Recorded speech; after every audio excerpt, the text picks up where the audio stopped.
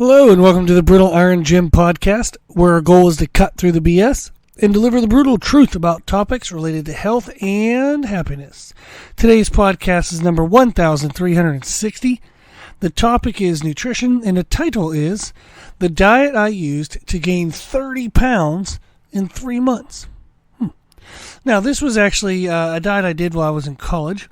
I thought it would be fun to kind of bring this one up because there are just some neat lessons to be learned in it, as well as it's also a goal a lot of people do have that I talk to, is they want to put on size. They don't want to put on like unnecessary fat, but they do want to put on some size. So very brief background is when I was younger, I was 165 pounds and had like fat rolls around my waist. So I was 6 foot tall, 165 pounds, and no visible muscles whatsoever. So if I had been lean at 6 foot tall, I might have weighed like 135 pounds. I was very, very, very thin. I wanted to gain size because I just didn't like being thin. I wanted to be kind of more muscular. I loved watching, loved reading like bodybuilding magazines. I got my first weightlifting set when I was 16. So I really loved bodybuilding and building muscle, which was, interesting because I wasn't given that body. So that must have been why I liked the idea of becoming something new or becoming, something I deemed at that time to be better physically. So I have always kind of pursued the goal of trying to gain size. I'm now 280 pounds and no fat rolls. You can actually kind of sort of see my abs at 280 pounds. So I've gained 115 pounds, got a lot leaner. And one of the things along the way that I did was this experience where I gained 30 pounds in 3 months. It actually kind of worked out to be, I was at the end of a spring semester of college. And then over the summer, a lot of the people didn't see me, even though I took summer classes. Then when they came back in the fall, all of a sudden I was 30 pounds heavier. I went from about like 215, 220 up to 250. And I remember everybody going like, what the hell? Like, what did you do, over the summer? And that was a pretty cool feeling because I did it for myself, but it is nice and motivating when other people notice what you do. So that was a pretty cool experience, pretty cool feeling. Now, I do talk to people quite often who ask about trying to gain size and trying to do something like what I did in that summer. So I wanted to kind of talk a little bit about that experience and then just kind of give you some suggestions and some information I think you could use to then try to have your own version of this experience. The diet, as I said, transitioned basically over summer. That was important to note because I was able to devote a lot of time and attention to what I was doing. When I was in college, I went to the classes that were mandatory, and I did have jobs, but I find it to be, a lot easier schedule-wise than what it has been outside of college. Now, part of that is because I own my own business, so I'm busy all the time, which I love and I enjoy, but I definitely had way more free time back then, so I could take the time to, if I wanted to dedicate 3 hours to training every day, I could do that. Even if you were busy during the day, you pretty much had the evenings free, so I would be able to kind of devote a lot more time. Anybody who wants to do kind of what I'm about to say, kind of explain this process, you would want to have it in a season of life in which you can devote some good time to it. If you're trying to do this and you're also moving, cross country, or you're taking on a new job, you have some new responsibilities in life, there's just a different season of life where it's not going to work out well. It might not be the best timing. You can still try this stuff, still try to gain size, but just understand that it might take a little bit longer to do it. If you do have the time to devote to it, then this is, a great opportunity to really pack on a lot of size. What I did mostly in terms of nutrition was I ate early and I ate often. That's something that I didn't do when I was younger, when I would struggle to gain weight. I've never been a morning eater. I typically would get up and I would spend 5, 6, 7 hours of the day up and active and doing things before I'd even eat. And that made it very challenging then to get in as many calories as I needed throughout the rest of the day. So I did start kind of making that transition to where I would get up early and eat right away. At first, I just started to drink calories as a way to get calories in. It would be, protein shake, or I would even just drink Gatorade. I found that when I drank sugary drinks, it made me hungrier faster in the day. So if I got up and I drank some Gatorade, I usually do like Gatorade powder because it's cheaper, but I would do some Gatorade powder, be up and moving around, and within an hour, all of a sudden I would start to feel hungry. So that was a big thing for me, was I started to eat more earlier in the day. And I did get used to it. I actually now still do that in regards to like getting up and eating early. But at first, that was a challenge for me. I didn't feel like it was like a natural thing. So I had to kind of like teach my body to do that. Another aspect that a lot of clients run into is they wake up dehydrated. So the body really doesn't want food that it has to process. It needs fluids. So drinking something, if you have trouble eating early in the day, does help kind of spike your hunger a little bit faster. Then I did eat pretty often. I ate about every 2 or 3 hours, as often as I could. Sometimes I would have, classes back to back, or, a long stretch at work, and I'd all of a sudden have to stretch it to 4 or 5 hours. But I did often eat every 2 to 3 hours, and I focused mostly on proteins and carbohydrates. I had really low fat content throughout my food, throughout the day, because I found that if I had too high of dietary fats, I wasn't hungry enough for my next meal. So it would actually lower, even though fats have 9 calories per gram, whereas carbs and proteins have 4 calories per gram, I would actually lower my total caloric intake throughout the day because my body would process fats so slowly. So I ate a lot of proteins and carbs, mostly, and then just whatever trace fats were in those. I didn't really intentionally eat a lot of fat. Now that was except for my last meal of the day, and I actually had a nighttime meal, which I'll explain in a second. My last meal of the day and my nighttime meal were high in fat because I was, sleeping, or just I wasn't going to be up and active, so it was okay if the food digested slower, so that way I wasn't that hungry, and because it helped kind of digest the protein a little slower, get slower release of everything into the bloodstream, so that way I had more kind of constant protein in my bloodstream while I was sleeping, which would help towards muscle repair and building new muscle tissue. So it was very important to eat protein all day, and I wanted to have protein paired with fast digesting carbs throughout the day, so I was hungrier faster and I could eat more food. But I had protein paired with fats at night, so that way everything would slowly digest throughout the night, and my body would always be getting something into the bloodstream to help it build and create new structures. So it was very important to have fast digesting foods during the day so I could eat more, but then slower digesting foods at night, so that way my body had a slow, steady stream throughout the night of building material. The other thing I did was I alternated a lot between liquid calories and solid foods. I would find that, okay, if I did a solid food meal at, say, 10 a.m., and I was supposed to eat again at noon, I just wasn't hungry. Instead of skipping that meal, I would just drink something at noon, and then I would look to have solid food at 2 in the afternoon. So I would alternate a lot, or I would make deals with myself that a couple of my rules, I guess, were number one was I couldn't have back-to-back liquid meals unless it was like a pre and post workout. So unless it was related to a workout, but on any time away from workouts, I couldn't have back-to-back liquid meals. And that forced me to have to eat more solid foods.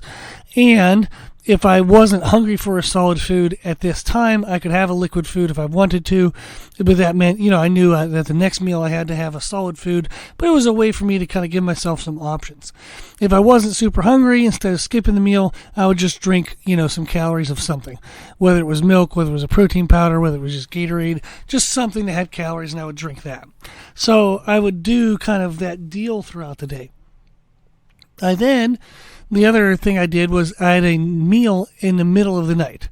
So I would actually pre-cook steak, and I would get up in the middle of the night around 3 or 4 in the morning, and I would eat a steak and drink orange juice. I drank the orange juice just because it tasted good, just full disclosure. It was something that helped wash the steak down. I liked the taste of it, and then I would just go back to bed. Do I think having a middle of the night meal is a good idea now? No. I would say sleep more. Sleep really helps with natural testosterone production, growth hormone production, helps with overall recovery. So I would have trying to figure out a way to prioritize my next to last meal and my last meal to be enough calories and enough fats that they would, and protein, so it would last more throughout the night. At that time, I was hell-bent on trying to gain size, so it was worth it in my mind at that time to get up and have steak and orange juice and then go right back to bed. Another note is I can go to bed at any time at any point of the day. I could put this microphone down and in about 15 seconds probably fall asleep. That's just the way I've always been. It's not super advantageous, but it does have its benefits. So if I got up in the middle of the night, ate steak and drank orange juice, I could literally just go lay down and fall back asleep. I know a lot of people, if once they get up, they're up. They couldn't do that. They would not be able to fall back asleep. So you certainly don't have to do that. That's not like, a requirement to gain size is eating something in the middle of the night. In general, I did track my calories, but I only tracked my calories up to 5,000 calories a day. That's how much I would actually eat, which is a lot. I would eat 5,000 calories a day as a minimum, and then I would just not count anything after that. So that was my goal, was to have a minimum of 5,000, but there were definitely days where I got above that, maybe 6,000, 7,000. There were days where I struggled like heck to get to 5,000, but it was a 5,000 minimum. In regards to protein, at that time, like I said, I was weighing around 220. I was wanting to get to 250, so I was eating 250 grams of protein. So there's the 1 gram per pound of body weight. I kind of tweaked it a little bit, went a little on the higher side, and said, okay, well, I want to weigh 250, so I'm going to eat 250. Can you get away with that? Sure. Is it optimal to eat a bunch of extra protein? No. It's not really going to help much. I have even my bodybuilding clients I've helped get like pro cards. We very rarely go over 1 to 1.25 grams per pound of body weight in protein. So more of that, we find that it just actually hinders how much carbs and fats you can have. You have crappy energy, high cravings, and it actually underfuels energetically the muscle building process. So about 1 to up to 1.25 grams of protein is about the most you need in regards to being able to build enough muscle tissue out of what you're doing. So that's what I did. Nutritionally was a minimum of 5,000 calories a day. And that was, as we said, like my body weight at that time was around 215, 220. So if we would go with 5,000 calories divided by 220, that's about 22 times my body weight. So we've talked before about muscle building and like different diets where like body weight times 15 can be like quite a bit of calories. That's enough usually to kind of help people build. I have some clients that do body weight times 17, some that do body weight times 18, even females. But very rarely do I have somebody that would require body weight times 22. Now, why did I need body weight times 22? Number one was I wasn't overly concerned if I was gaining a little bit of body fat along the way. And number two, I trained pretty much every day. Maybe I missed 3 or 4 training days in the whole 3 months. Probably not even that, if I'm being honest. I love training. It's what I love to do. It's why I own a gym. I used to train every single day for years on end. I probably have gone, a stretch of 2 or 3 years where I trained every single day before. So I love training. In 20 some years, I started lifting weights when I was 16. I'm 38. So in 22 years, the most number of consecutive days I've ever missed has been 7. I took a week off of training once, and then I took another week off of training another time. So in 22 years, the most I've ever missed is 7 days, and I only did it twice. So that's a lot of training. But in that season of life, I was training every single day, and I was doing push-pull legs repeat. So I would do bench press, overhead press, bunch of chest work, bunch of shoulders, bunch of triceps. That was push day. Then the next day was pull, and I would do a whole bunch of back work, back and biceps and rear delts. Then I would do legs, which was, squats or, constant tension like light touch deadlifts, or a bunch of leg press, bunch of hack squat, bunch of leg extensions, leg curls, walking lunges, and that was leg day. And then I would repeat. So I was training my full body over 3 days, and I was doing that nonstop for 3 months.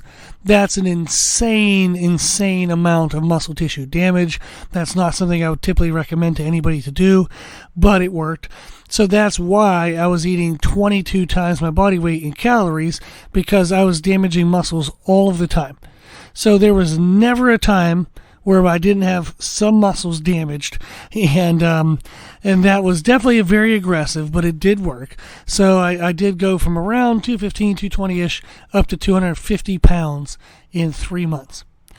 The training, like I said, was push-pull legs. I would typically do some type of high-rep, isolative, like pre-exhaust work before I would do anything big and heavy. So if I did, any kind of heavy chest presses or any kind of heavy squats, I would always have pre-fatigued and beat the muscles up before I ever did the heavy stuff. So that way, if I was doing something like a heavy sets of 4 to 6, it was something that if fresh, I'd probably be able to do like 8 or 10 of them, but I'd beat my muscles up so bad before I even got to the big thing that I wouldn't be able to do anything too heavy. That protected my joints. So that way the muscles still got damaged, but my joints weren't overloaded. So for example, it would be very common for me to go in on a leg day and do like a couple, like say leg curls. I would do lying leg curls. Might do like 3, 4, 5 sets of 20 reps, working up to a crazy heavy, hard 20 reps. And then all of a sudden I would say, okay, I'm going to use this weight. I'm going to do mini rests, but I'm going to get to 50 total reps. So I would do like 20, and then I'd like breathe for 5 or 10 seconds, do another like 6, breathe for 5 to 10 seconds, do another like 4 to 5, breathe for 5 to 10 seconds, do another 4 to 5, breathe 4 to 5, breathe 4 to 5 until I got to 50. Then I would take 2 or 3 minutes, tell myself that I was a weak punk, and if I really wanted to change things, I had to challenge myself, and I can't be weak forever, and blah, blah, blah, blah, blah. And then I would do the same damn thing to myself. I would do another, like, that same weight trying to get to 50, but this time I was so dead, I might only get like 12 the first time, and then doing a bunch of 4 to 5s till I got to 50. Then I would do that with leg extensions, because I'm insane, and then I would go try to squat. So when I talked about pre-exhaust, it wasn't like I just did a couple light sets and then went and lifted. I destroyed my muscle tissues and then went and lifted the heavy things. And I would do the same thing with any other big lift. Now, it protected my joints a lot because my muscles were the things that always failed, never my joints in big heavy lifts. So the connective tissues never got fully exhausted or fully strained because the muscles were so weak by the time I got to the big lifts that the connective tissues never got really kind of torn up or damaged. That helped me be able to train push-pull legs repeated for 3 months. That's, again, not something I would recommend, but it worked. Now, supplements, I did use supplements to help through that. I did take creatine at that time. I've never really gotten great results from creatine, but I'll still take it because it's one of the most studied supplements of all time, and continuously over time it is proven to be true that it does help. Creatine monohydrate, just the cheapest crap there is exactly what you should take if you're going to take creatine. That's awesome because the cheap stuff's actually the best. That's very rare. Oh my gosh, is that so rare. But I was taking creatine at that time. I also was taking a joint supplement called Animal Flex, which is an amazing supplement. I absolutely wanted to protect my joints as much as I could, so I was doing that with my training models, like my training format, but then I was also taking Animal Flex.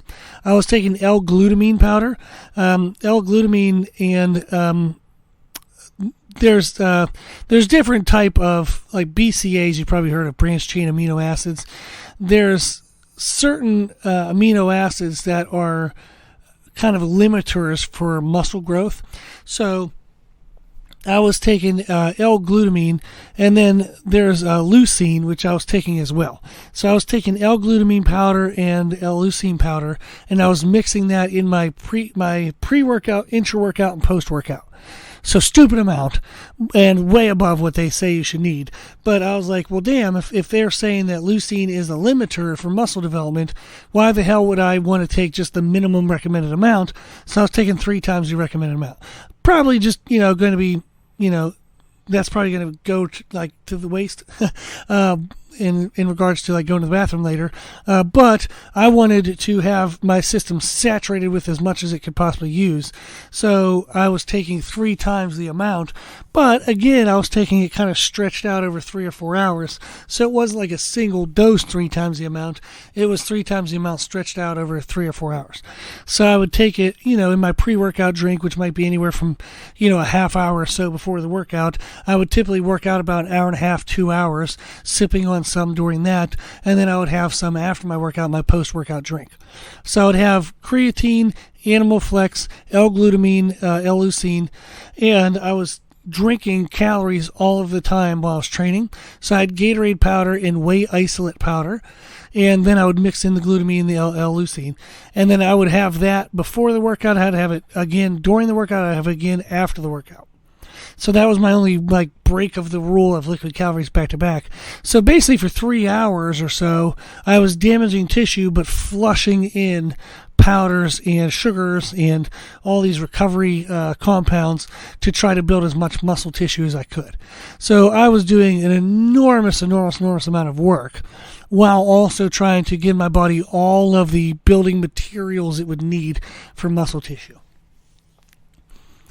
It did work. I did end up gaining 30 pounds, and I actually did not gain really a significant amount of body fat. I didn't take any measurements at that time, but I did not feel any fatter at 250 than I did at 220. So it was actually very successful. It was short. You can't do that forever, but 3 months blast like that, it did work very well for me. I put everything else in my life on hold during those three months. So this was my number one priority. I did the bare minimum of everything else I needed to do, just so that way we're all aware of what the balance there was. It was basically no balance. This was my number one focus. Very, very, very successful. Now, then I'm looking at it back, from where I am now, is what would I change now with the knowledge I have now? Number one is I would not have force-fed myself specific foods. So at that time, I was eating 5,000 calories a day, but it wasn't pizza and ice cream. I had to have, in my mind, what I consider very clean bodybuilding type foods. So I had oats, brown rice, lean turkey, egg whites. I hate all of those. I hate those foods. They're disgusting and they have no flavor. Can't stand any of that. So... but I wanted the results, so that's all I freaking ate, even though I hate it. I hate it. It's not my favorite foods. Now, at that time, that's what I thought I needed to eat because that's what bodybuilders ate. I looked in magazines when I, watched videos online. That's what all the bodybuilders did, so that's what I needed to do. Well, now, with the knowledge I have now, you don't need to do that. Specific foods aren't really as important. As long as you're getting your calories and your protein and you're limiting things like sugars, the digestion rates are similar. So, for example, I hate lean ground turkey. It's disgusting. I think the mouthfeel of it and the chew of it's disgusting. Could I have had, say chicken thighs and cut off visible fats? So if there's chunky, chunks of visible fat on chicken thigh, I could have cut that off and then just cook the chicken thighs. And then if I have the protein and caloric equivalent, could I have had chicken thighs instead of ground turkey? Yes, absolutely. There would have been no issues with that whatsoever. And that's way better tasting than freaking ground turkey. I hate ground turkey. Brown rice is disgusting. Absolutely disgusting. Would I have needed to have brown rice? Hell no. I could have jasmine rice, which is the rice I actually do prefer. You could also have pasta. You could also have potatoes. So it's kind of like you can mix around different sources. So at that time, I thought I needed to eat those foods. I hate those foods, but I ate them anyhow because I wanted the dang results. But that is something I would change now. Then the other aspect is, at that time, I did have those strength lifts into my training, and I did think they were important to maintain my strength during that phase. But now, with what I know now, I wasn't going to lose strength given how much freaking training volume I was doing. So I probably would have backed off on the strength lifts and not taken the risk to lift stuff in like 3, 4, 5 reps. Maybe my heavy sets would have been, 6, 7, or 8 reps rather than like 8 to 12 or 12 up to 20 for certain leg movements and whatnot. But I would probably focus a little more on general volume and not so much on trying to squeeze in and force in some heavy thing. Because, as I said, I was training the same muscle groups every third day. So I was training legs every third day, trying to max out on some kind of squat or deadlift. Insane. It was very stupid. I only got away with it because I was in my 20s. But that is something that I definitely would change now compared to then. Another thing I would do is I would add morning and kind of midday walks. Even if they're just 5 or 10 minute walks, I would have definitely added small walks just to help with digestion. At that time, one of the things I was fighting, and I didn't really know it, was like just digestion bloat. Since I don't like oats and brown rice and stuff like that, it actually caused me, when I do eat oats and brown rice, I would notice my stomach would be kind of protruding, and I'd kind of have like a swollen belly all day. Now that I know that, I don't eat those things, and I don't have a swollen belly. But at that time, I would have done a lot more walks, try to just help with digestion rate throughout the day. That would have helped a lot as well. Cool. So that was essentially the diet and kind of training stuff that I did and the supplements to try to gain 30 pounds in 3 months. It worked very well, got away with it. Definitely not things I would recommend to other people, partly because with the knowledge I do have, I'm able to regulate things all day throughout the day based on what's best. So I can modify my training program as I'm going through it based on how my body's feeling. I can modify my food as I'm going through it based on how my body's feeling. So I have a lot more control in the moment given the knowledge I have versus recommending to a client to where, even if we were to talk once a day, we're going to be mostly covering stuff just one time, and they're going to have experienced it, like experience something being abnormal. Then we would have to talk about it, and then they could try to correct it later. Well, sometimes, you catch things before they're really bad, like say digestion bloat, but sometimes you don't. So maybe they tweak and hurt their knee in lifting because they went too heavy, whenever in that moment I would have felt that wasn't right, and I would have backed off and tried a different technique.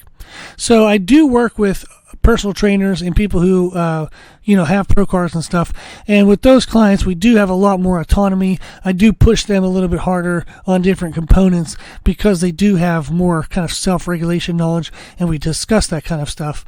But if you are a client of mine and you're wondering why I have not recommended the things I'm discussing in this podcast, is because they're a little insane and they're a little risky. I tend not to want to take as much risk with other people's health as I do with my own.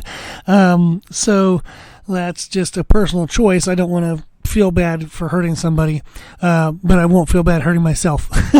Weird. But that's the way I'm made. So this was my experience for gaining 30 pounds in 3 months. If you have any questions, if you want to try to set this up for yourself, reach out. Our email is brutalironjim@gmail.com. Just remember that, this was an imbalanced part of my life.